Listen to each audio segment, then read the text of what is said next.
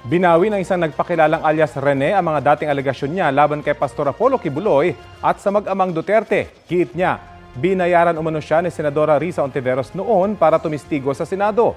Itinanggihan ni Hontiveros. Balitang hatid ni Sandra Aguinaldo.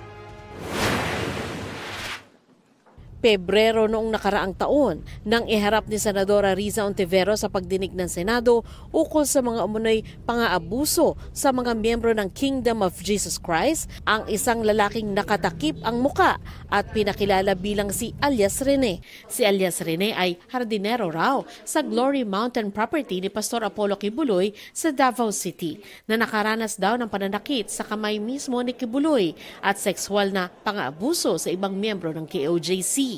Pero isa sa pasabog na pahayag noon ni alias Rene ang nasaksihan raw niya nang dumalo umuno kay Kibuloy sina dating Pangulong Rodrigo Duterte at noy Davao City Mayor Sara Duterte.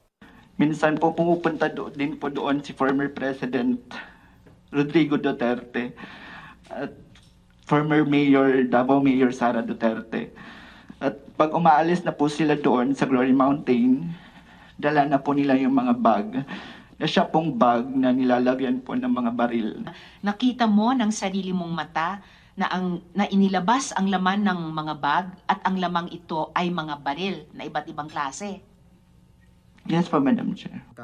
Pero ngayon sa isang video na pinost sa YouTube at Facebook account ng isang pagtanggol Valente, lumutang ang isang lalaking nagsasabing siya si alias Rene. Nagpakilala siya bilang si Michael Maurilio at binawi ang kanyang mga alegasyon sa pagdinig ng Senado. Ako po yung witness, kinuwang witness ni Sen. Risa Hontiveros na nakatakip yung muka.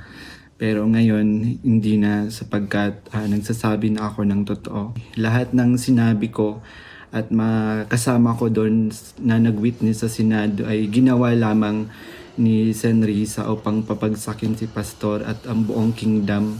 Aniya, dinagdagan umano ng abogado mula sa opisina ni Senadora Risa Hontiveros ang kanyang affidavit. Wala rin daw katotohanan ang sinabi niya ukol sa mag-amang Duterte. Nandun din yung aligasyon na sa di umano ay nasaksihan ko tungkol sa mga baril na sangkot sina Sara Duterte at dating Pangulong Rodrigo Duterte na hindi naman totoo dahil wala naman akong nasaksihan na ganong pangyayari. Sabi pa ni Maurilio, binayaran umano siya ng 1 milyong piso para sabihin ang mga bagay na ito.